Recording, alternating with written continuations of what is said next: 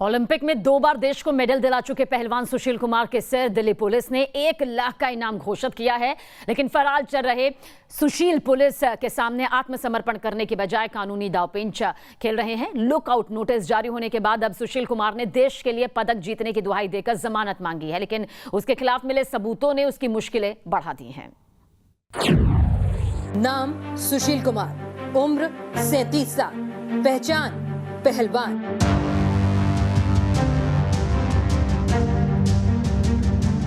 Wrestling में अंतर्राष्ट्रीय स्तर पर देश का नाम रोशन करने वाले रेसलर सुशील कुमार की ये तो पहचान भर है। अब जरा उनके पदकों पर गौर फरमाइए। साल 2012 लंदन ओलंपिक्स, रेसलिंग में सिल्वर। साल 2008 बीजिंग ओलंपिक्स, रेसलिंग में ब्रॉन्ज मेडल। साल 2009 राजीव गांधी खेल रत्न। साल 2014 कॉमनवेल्थ गेम्स में गोल्ड।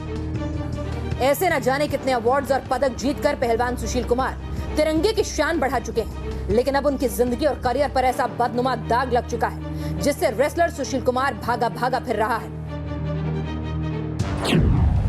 नाम सुशील कुमार, जुर्म हत्या का आरोपी, इनाम 1 लाख। जी हां, ये वही सुशील कुमार है जिस पर हत्या के आरोप में दिल्ली पुलिस ने लुकआउट नोटिस जारी करते हुए उसके सर पर 1 लाख का इनाम रख दिया है।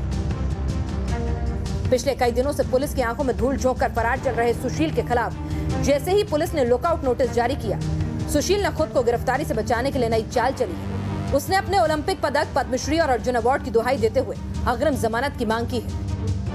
पहलवान सागर धनकर की हत्या के आरोपी और ओलंपिक विजेता सुशील पहलवान की मुश्किलें तब और बढ़ गईं जब अदालत ने उसकी अग्रिम जमानत अर्जी को खारिज कर दिया।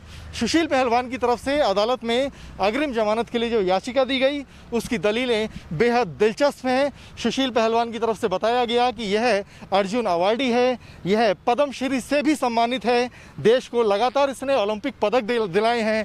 और इन दलीलों के बाद ये कहा गया कि इसको इस केस में प्लांट किया जा रहा है और इसको इस मामले में अग्रिम जमानत इसलिए देनी चाहिए क्योंकि इस समय महामारी चल रही है और सुशील कुमार इन्वेस्टिगेशन में पुलिस को सहयोग करने के लिए तैयार है। सुशील पर 4 मई को दिल्ली के छत्रसाल स्टेडियम में पहलवान सागर धनकर की किडनैपिंग और मर्डर केस का आरोप है, जिसके बाद से ही वो अपने कुछ साथियों के साथ फरार है। पुलिस को उसके खिलाफ सीसीटीवी और मोबाइल क्लिप जैसे ठोस टेक्निकल एविडेंस मिले हैं। जांच में पुलिस को सुशील पहलवान के कई अपराधियों से लिंकअप के सबूत भी मिले हैं। ऐसे में पुलिस उसे रिमांड पर लेकर पूछताछ करना चाहती है, लेकिन सुशील ने ना तो पुलिस के सामने पेश होकर अपनी सफाई दी है और न ही मर्डर केस पर किसी तरह की मदद की है। और अब जब पुलिस की दबिश सुशील पर बढ़ गई है तो वो अपने पदकों और देश का नाम गौरव करने की दुहाई देकर खुद को बचाना चाहता है, जबकि अग्रिम जमानत रद्द होने के बाद उसके बचने के सारे रास्ते बंद हो चुके हैं। ऐसे में अब उसके पास एक ही रास्ता बचा है कि वो आत्मसमर्पण कर पुलिस को इस मर्डर केस की गुत्थी सुलझाने में मदद करे। सुशील पहलवान पर यह आरोप लग रहे हैं कि सुशील अपने ओलंपिक पदक जीतने के बाद प्रॉपर्टी विवाद और दूसरे मामलों के चलते लगातार विवाद में रहे, उनके बदमाशों से संपर्क रहे।